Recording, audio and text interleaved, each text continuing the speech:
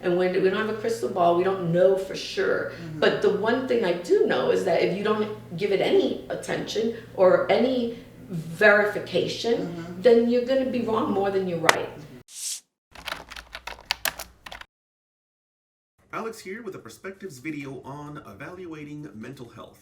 Donna Wilburn, a licensed marriage and family therapist, is going to be interviewing family law attorney Yvette Chevalier, who is running for Department I of the Family Division of the 8th Judicial District Court. Let's take a look. Hi, so I'm Donna Wilburn. I'm a marriage and family therapist here in town. I've been doing marriage and family therapy for about 20 years now, and for the past 15 years, I've done a lot of work in the court system with family cases like evaluations, reunifications, child interviews, things like that.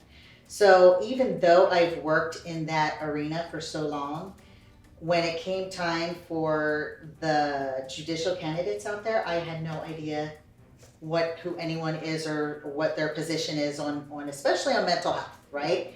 So I thought it would be a good idea to have folks come in. Everyone's welcome to share their point of view so that everybody out there could be a bit more informed when it comes time to vote. So that's mainly what this is about, okay? Great. So it's not like an endorsement or my fave or anything like that. It's just really to help everyone when it comes time to vote know a little bit about someone that they're voting for, okay? Right. So if you can introduce yourself, what position you're going in for, and why you would be a good candidate to vote for. Okay, great. Thanks for having me here. You're welcome. Thanks for coming. Sure. So my name is Yvette Chevalier, and I am running for Clark County Family Court Department I. Okay, and is that one that is an incumbent one, right? No, she actually is retiring. That's Cheryl Moss's seat. Okay. And she's retiring, so basically it was up for grabs, and there's 3 people, I believe, running. I haven't looked. I didn't look very much, but like, I don't want to know. I don't want to know. I don't really know them, so I'm just doing my own thing and trying to reach out to people. And the reason I'm running is I've now been an attorney since 2003. Okay. Prior to that, though, I was in your field. I was a counselor, a school teacher, a program manager, a child welfare worker, child protection worker, social services worker.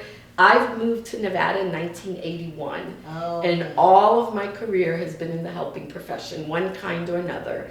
For a while, I was the supervisor of an intensive case management program at the psychiatric Ross and Neal, which is not there now, but we supervise mentally ill felons coming down from up north after they were evaluated and try to help them get back into society. And these were people that were deemed incompetent to serve trial, and from up in northern Nevada.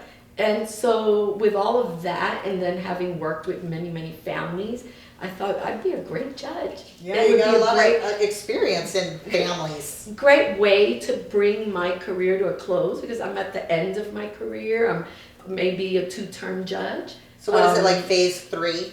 You left mental health, and then attorney, and now phase 3. Yes, this is like phase 3, and it's a great way to bring it all together for myself. And it's a high honor. It's like everybody wants to go say, "Oh, my grandma was a judge," you know, that kind of thing. So to have that pride in my family, because I am the first college graduate in my family, the very first, and so we come from a family of people that have like 2nd grade education, high school dropouts, and so for me to become a judge would be for my family and my legacy to my grandkids a really big honor. That's neat. That's neat. I had no idea that you had a mental health background. So that's, to me, you know, in family court, so I don't know as an attorney what area you focused on, but why is that mental health experience maybe really helpful in family court?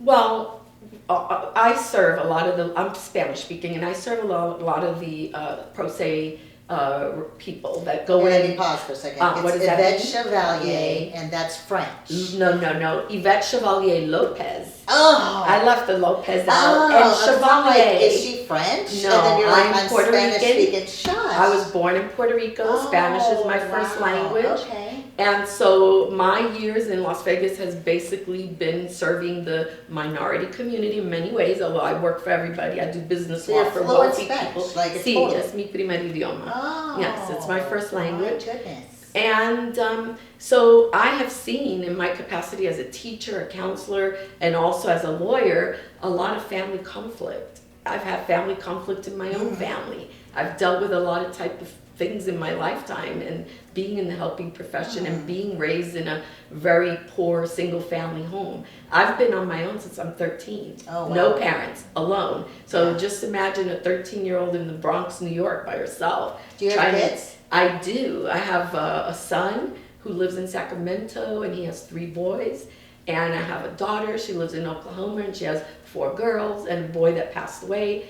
And so I'm a grandma, and my kids, I'm super proud of them, because being from the background that I came from, both of my kids finished college and have their masters in good professions. My son has an MBA, and he works with Amazon in a high management position. Nice. And my daughter's a marriage and family therapist. Shush. She has a master's in marriage and family therapy, and she runs, she used to run sex offender programs, rehabilitating sex offenders, and now she does parenting mostly in Oklahoma City. She's also a foster parent. She has like 20 foster kids in and out of her house. Wow. And she just adopted one of her foster babies, Addie, who didn't have a mother or father and needed a mom, and my daughter fell in love with her, and she's now part of my family.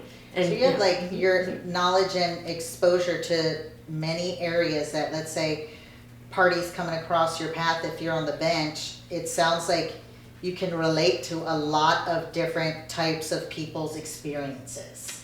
Right, and I believe that that's my greatest strength, that I bring to the bench a lifetime of personal experience that is very closely aligned to what people are experiencing. I'm not enmeshed in their life, but I understand their life. Right. And then just a host of different types of scenarios in my life.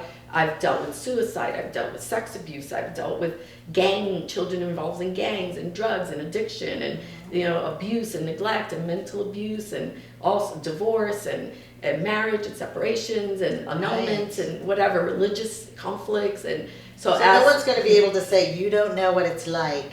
You'd be like, No. I don't think there's many cases that you'd be like, I think I know what that's like, and that, and that, and that, and that. Even murder is people. Oh my I've gosh. dealt with murder. I mean, so I've dealt from A to Z, and so I feel like at least when people have a conflict, and especially the ones that don't have a sharp lawyer with them, many people come into court, and if they can afford good legal counsel, the judge's role is simply to sit back and let the attorneys do their job and represent their clients, listen and be judicious and apply judicial discretion appropriately, and not to get so involved because the lawyers are doing the case for their client, and to listen and give the lawyers a chance to actually represent their clients and advocate for them, whichever way it may go. Right. But there are thousands and thousands of people that go to family court that have no representation. They walk in there, they go to a self-help center, they can barely read and write. Their most prized possession is their children usually. That's what they have. They don't have jobs, they don't have homes, they don't have property, they don't have an education, they don't have a career, and yet they're also dealing with the very same thing that the client who can afford legal counsel is dealing with at a whole different level. Right. There, the attorney's like, here's my client's needs, my wants, this is the problems, this is what they should have, and they're advocating. And then these people come into the court and they have nobody there to advocate, and that's the kind of person that a judge has to be able to help walk through the system because they don't know how to do it. And I believe that I would be very fair and treat the people without attorneys as equally as I can to the people with attorneys. And that's very important for access to justice. People need access to justice, especially when we are talking about where their kids will live, what kind of health care they'll have, what schools they can have, whatever, who can teach them, who can discipline them, where they spend their time. I was talking about that earlier, that as a judge in family court, you guys are the decision makers for so many children, and your decision can affect them, like it's brain development, like it can affect their whole life. So making good quality informed decisions is, to me, like almost even more crucial than any other area is in family court. Those are kids' lives. you guys are responsible for. It's like a life or death situation. Yeah. I mean, people who commit crimes and get sentenced to, life or execution is one set of circumstances. But kids come in and they have no rights per se. They're like property. It's like, they have no say in it usually. Although in my court, I'll deal with that differently, I believe. But we are deciding everything about what will happen in their future. And while none of the judges, including myself, has a crystal ball, we don't know what the future might hold, we still can listen to both sides. We can weigh the facts. We can balance the table. And I believe, I know a lot of judges do not agree with this, that whenever the decision is life or death, when it's so serious as to whether a child goes to move to another state, or whether the child is going to be physically solely with one parent, or whether you're going to terminate the parental rights of someone and separate the joint legal and also the joint custody. When you're making a ruling about a child that really limits one parent's access or completely cuts it off forever, whether it's with adoption or guardianship or custody, that you really should lay eyes on the child. And I don't mean to have kids in the court during hearings, but there is no real rule that says I can't ask for the child to come into my Just chambers, meet them, or even at the McDonald's across the street, or even a Child Haven, or wherever. But even in my chambers, it doesn't have to be scary. Here's a beautiful office that's comfortable. My office as a judge can be comfortable for kids to sit there, and I can say, would you color a picture? Would you like to tell me about how you spend your day? And I, as a former educator, counselor, mother, grandmother, person who's suffered a lot and understands the stuff that's hard in families, I can know whether that child would be better off in one circumstance or another. Maybe not with 100% certainty, but with a lot more than if I don't see them. Right. Because if I don't see them, I have two adults telling me completely different stories. I mean, one of them, maybe they're both lying, maybe they're lying a little bit, maybe they're exaggerating a lot, maybe only one is lying, but I don't know because I don't live behind those walls. Right. And so no matter what the judges say, it's not an emotional decision, but it is a listening, synthesizing, assessing, weighing, and saying, okay, wait a minute, I'm hearing really opposing views here, and they don't have attorneys to really argue those cases or provide me proof, like grades from school, therapist reports like yourself. So if they have the funds and they have insurance, I would say, listen, I need you to go and see the Red Rock Therapy and take the child for an assessment and then send me a report. And then I can know that you as a professional did what I am really not there to do. I'm not there to counsel or assess or evaluate or do forensic analysis, none of that. But I know how to do it because of my past. And so when people don't have money and there's nowhere for them to go, you need to lay eyes on the child, even if it's for 2 minutes. But it's interesting because there's two parts to that, and I hadn't really thought about that before, like actually meeting the child.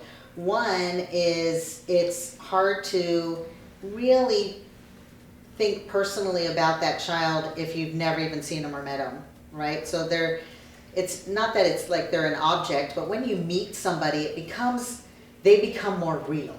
So as a judge, seeing that child as a real human being in front of you that you're going to make decisions about. So to me, that would be an important thing to have in your mind. And then number two, and this is you probably realized a long time ago, is that you can get information that's told to you or that people say to you, but we get a lot of information when we meet somebody. And it's not just what they say. It's their demeanor, their body language, how they're relating to you. Right. Like that's a lot of information. So when you're making decisions for someone's life, to be able to get the information directly from them, just of what kind of person they are, even if it's just for that 1 hour or something, that there's certain things that you pick up on that can be really important to the case in front of you. So as we're talking, and I tend to work a lot in high conflict cases because that's who goes in front of the judge all the time, and that's who they refer out to providers like right, is high conflict cases. So when I get folks coming in, I go, there's two types of divorce. There's the cooperative divorce, and then there's a high conflict divorce. Two totally different operating systems, totally different rules, totally different things to look for. So when it comes to high conflict cases, where I had another person telling me earlier, like, we don't get a lot of the cooperative cases because they're not going to be in front of you multiple times. So you're probably gonna see a lot of the high conflict cases. So do you have experience with that? Is there any training with that? And I value experience as much as actual training. You can go to a training for 3 hours or work for 10 years. It's the same things, okay? So what do you bring regarding high conflict cases that's going to give you an edge when it comes to helping them with decisions and things like that?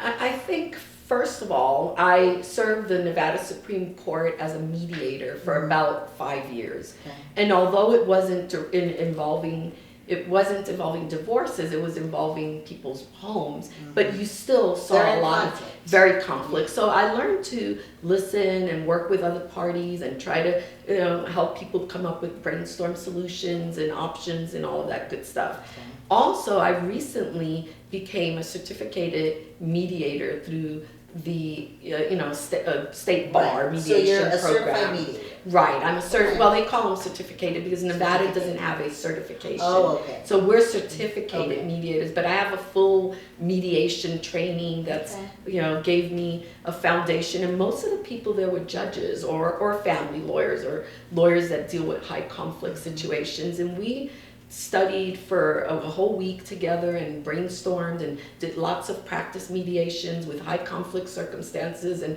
worked as teams and worked as groups and role played and did all of that good stuff. And I have a foundation in helping people brainstorm. And I also think that I have a good way of communicating with people because they can see when they look at me that I'm not like, I'm a judge, I'm holier than you. You want to be a authority. authority. We are authorities, and we do have to have dignity in the court and hold ourselves to a certain style of conduct and all that, and that's fine. But you also have to be a humanitarian as a judge because we're dealing with families. You're not dealing with business transactions and selling stocks and bonds. You're dealing with people's children normally and their property, their homes, their cars, things that really are important that they worked their whole lives for, their retirements. And you're also dealing with two people who maybe did love each other at one time or were attracted to each other. And so there's more to what's in the court right then. Right. And so I've got the mediator background, plus I was a counselor for like 10 years.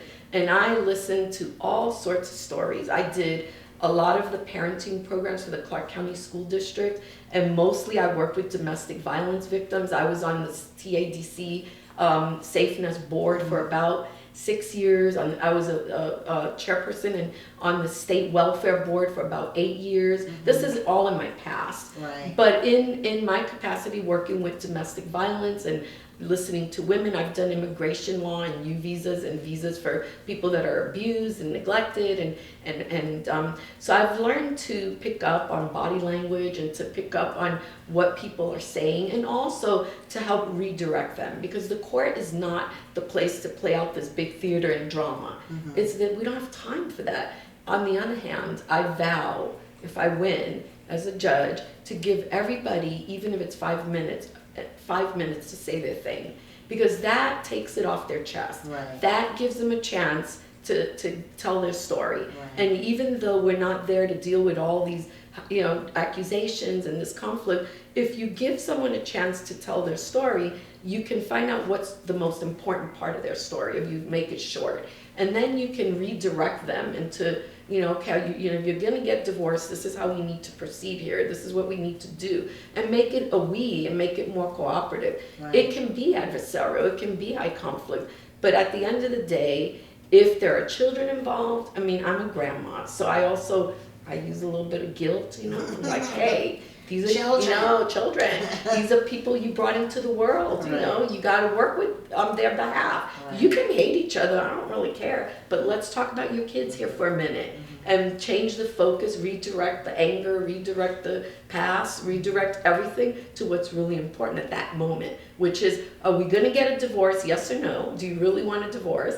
And once you do get a divorce, what can we do so the child feels loved by both of you? Right. Now, that being said, I've dealt with, when I was the director of social services for the Pyramid Lake Paiute tribe Okay. in Nixon, Nevada, Moab Abana Paiutes, and child welfare for the state. I was a manager in foster care and investigations and placement and all that, child protection for the state, for the county. There are times you can't give the kids back. There are times where there's a danger. And I think that is my other big strength, and that I pretty much know, especially if I lay eyes on the kid for even, I don't need an hour, I can do it in 10 minutes, really, honestly. I can look at a baby's ears, nose, nails, and tell a lot. Right. You know, if they're babies, I can just say, I just want to see your baby. Yeah. I can look at them physically, the color of their skin, and I'm not a doctor. I have a doctorate in law, right? But I can tell, you know, if the child's being abused, neglected, whatever, malnutrition, all those things that that you need to know, because people lie. And so I feel like when somebody does pose a situation where they're saying the child's in danger, that we can't slough it off. And I've seen a lot of judges slough it off. Not to, you know, poo-poo on my future colleagues, because I want to work with them and I want to be cooperative, and I'm not there to tell other people how to do their thing. I would just want to be the best judge I can be for the amount of time I'm a judge. I'm not there to criticize the system or upset the system or bring conflict. I just want to do my good job, so that when people say, oh, I got Judge Chevalier, they're like, oh wow, you're lucky, she listens. Oh wow, she cares. They want to oh hear man, this is where you want Judge Chevalier for this, because she's gonna make sure that you get a chance to tell your story. Put the kids first no matter what. Yeah, I want that. That's all I want. I don't want to focus on other people. Right. I have time for other people. I have time for it's hard enough for me to do my job, you know, to work all those hours and do my thing. I don't care about other people. But I do care that when somebody says, well, the child was making allegations that, you know, dad is touching them inappropriately, that somebody's sexually abusing them, that they're being physically abused, that they're not being sent to school, that they're not really being homeschooled, because that's another big issue with this homeschool thing, you know, that they're not eating, they're starving them, that they're, you know, tying them down like a dog, whatever it is, abusing them, sexually abusing them, selling them, you know, drugging them so that they don't cry. You know, there's parents that are drug addicted that will load their kids up on Benadryl so that they don't cry and they can have fun and put the kid to sleep, you know?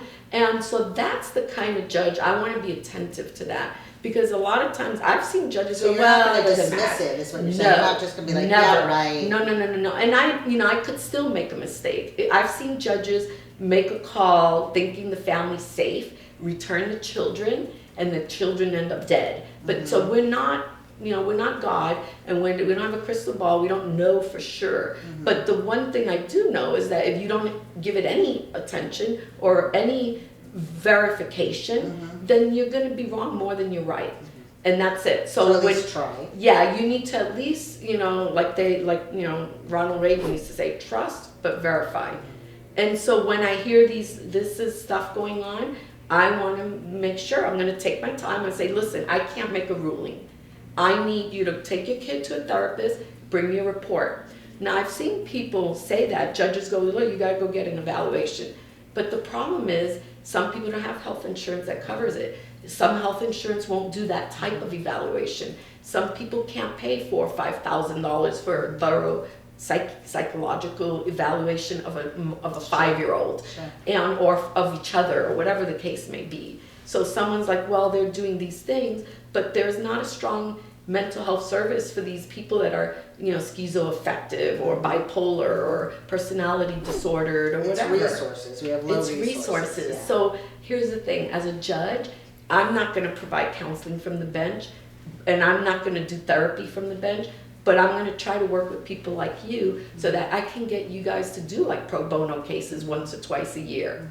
All of you that are Maybe good. That's like a program or something. Yeah, like a how they have the legal one. Yes, like the legal aid does the pro bono. We should have a stronger pro bono program where people with very limited resources can pay what they can. You know, maybe they only can pay, you know, $100 a month towards that bill. Maybe it's not all free, it's a sliding scale, because sometimes free doesn't have value. Yeah, we don't have a pro bono mental health in the court system at all. We really should have that, like a pro bono sliding scale, like the Legal Aid Society of Southern Nevada does, and then people can get those evals, and you guys can get paid. They can, you can buy care insurance to pay you or whatever, like they do with dog veterinarians. You buy that dog care, I forget what it's called, but Some pet something insurance care or something. but you buy that insurance, and then something, so that people don't just go, well, I don't have 4,000, so I can't do it, because then the judge is in a position to put a child with mom or with dad,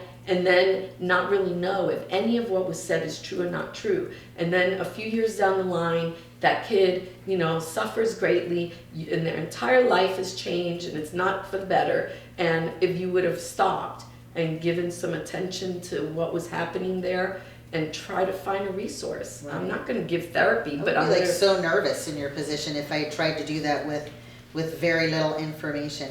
Let me ask one question about a hot topic that's out there, and I'm just kind of curious where you're at with that. So, and I just heard this yesterday, that parents and attorneys are saying or thinking that if a child is 12, 13, 14 years old, they can just decide where to live. They can just, that's it, custody's over, it's now their decision. Yeah, well, there's been talk of when is it appropriate for a judge to take teen input and to take judicial discretion of. Yeah, that's not what they're saying. They're saying no, they can decide. No, they can't not input. decide. They're done. They can decide where do they want to live. They're done. They can't decide, because still the child's best interest still has to be evaluated with all the factors, despite what the child wants. But you can take into consideration the child's letter, the child's, say, listen, okay, let me bring that child to my chambers and let me talk to the child for 10 or 15 minutes. Or have the child go to the social worker at the court. Or have the child go to a therapist and talk about that and get me a report. I don't just want a child saying, oh, I want to live with mom because of whatever, or dad, because dad lets me do whatever I want. Right. I recently had a case where the child was 16, and she did testify that she loves both parents, but it was probably better with her dad because mom was sick with cancer or so. And the child at the time, I argued, no, this child needs to go with her mom. She's a straight A student, she'll have a better education, the air is cleaner, she's always been with her mom, she's never lived in the house there, there's drugs there, there's arrest records, there's dangers to her. No, the judge is like, no, she let her go with her dad because dad's gonna buy her a car, and within 6 months, from a straight A student that played on the volleyball team and in the theater club and whatever, she's pregnant and a high school dropout. I'm not saying it always happens, but you do need to listen to kids, and I don't like putting them up on a trial because they never fully disclose because of the loyalty. I like having an ex parte private interview, or send them to someone like you. That's even better. Sometimes you can't. You just have to talk to the kid. Like if they're in child protection proceedings or whatever, you just have to. Right. What it is the guardianship part. When kids are 14, they can choose if they want to be adopted, or they have to give consent. Or they can that's where people are getting that from. That's where it came from. Yes, that is where they're getting it from. If you want to put someone into guardianship, they have to consent to guardianship when they're 14 and above. So people are translating that into, at 14, you're able to choose whether you live with mom or whether you live with dad. That totally clears up this thing that it's from different kinds of legal proceedings put into custody proceedings. Right. But in custody, and I've seen the requirements, it's like to change custody, you have to do this, that, the child has to be, you have to consider this, that for you still have to consider it, even if the child says what they say. Because, when you have a child being pulled one way and the other way, and there's a conflict, and there's loyalty issues there, and there's alienation of affection, and there's whatever drama in the family, and resources. The thing about kids is, not all kids, but many kids will go with the parent that can give them the most. I mean, self-preservation. It's like, who can buy me the newest phone? Right. Who can buy me a car first? Right. Who can buy me the cutest clothes? Who can take me to the better restaurants? That's not really fair for mom, right? Or dad, whoever it is. Or a reason to change custody. Yeah, but kids will go like, I want to be with whoever has the nicer house, the nicer neighborhood. And so you have to apply those factors And that is a consideration, who can do the best job. Mm-hmm. But the courts in Nevada have found that it's better to have both parents involved. And that's a whole change from the old way of doing things. In the old days, and I am, of age where, in my age, if you lost your child, it was only because you were a horrible parent. Right. You Right. were like, Extreme. you had to be extremely bad. Right. And, and it was not good for moms to, they didn't see it that way. And even men, old-fashioned people, were like, no, the kids go with their mom. They can come with me when they're bigger and, they're easier. That's not the case anymore. So it's really bizarre. Like, I have someone just telling me, oh yeah, they gave half custody to someone who never picks up their kid. Then what do you do? Yeah, right. How do you, how do you force somebody, if I go into court and I argue for joint physical custody, and I go, yeah, I'll take Monday, Wednesday, Friday, and I'll take Sundays at dinner, and I'll, essentially a 50-50 schedule, because I want my kid, or because I want to not pay child support. And then I do it for a month, and then I'm like, see ya. What judge has authority to go force you to go take your child? Right. It's a complicated There's job. a lot of It's a complicated job. So that's one was really happens a lot where, dads are like, well, if you just take joint custody, you won't have to pay child support and you'll have more money to enjoy your life or do whatever, and They don't really want. They don't really want it, and the judge has to really make sure that they want it, because that is so disruptive. Not only is it disruptive to the life of the whoever parent is really taking care of that child most of the time, Right. but to the child, because then they feel rejected. You don't want to say, oh, you're supposed to be with dad Monday, Wednesday, Friday, and Sundays, and then ready. dad is like, I'll see you every other Sunday because I'm really busy and I gotta travel and I gotta go do business and I gotta make money, Right. and I'm not here for you. And Or they that's, just don't show up and the child's ready and nobody came to show up. yeah, That's it's so very disappointing and hurtful. I mean, it's so harmful to the child. They feel rejected by their own blood, by their own parent, whether it's the man or the woman. That has an effect deep down. Absolutely, It is it a has an traumatizing effect. experience. And so that, and and the adoptions are a specialty that judges should really understand and be supportive of. I'm a pro, helping people to adopt children that don't have a mother and a father, and finding the best home for that child, and making sure that every kid has something that's forever, like permanence, a Right. family connection Stability to somebody. and all that. It doesn't matter if it's, a single parent. It used to be the law here was like you have to have a married couple only. Right. And that's Right. changed, Yeah. I mean, it's not like that, but it's, Right. somebody to love you, A to home look is a after home. you, till you're an adult, somebody you can call family. It doesn't have to be blood, and that's so important for the kids that are out there that are just not connected to families that are supportive and loving, and that. So it sounds like you're really passionate about this, and I'm glad I learned about you have like a lot of mental health experience in your background, so that should be interesting, taking that on to the bench.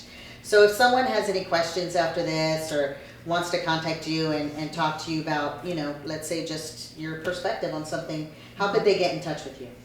Okay, so I have a website. It's www.yvetteChevalier.com. Okay. And I mean, if you Google it, you'll find it out there. That's how I found you. Yeah, and then my phone number is 702-544-0085. And I answer my own phone. And also, if someone wanted to email me, they could email me at, it's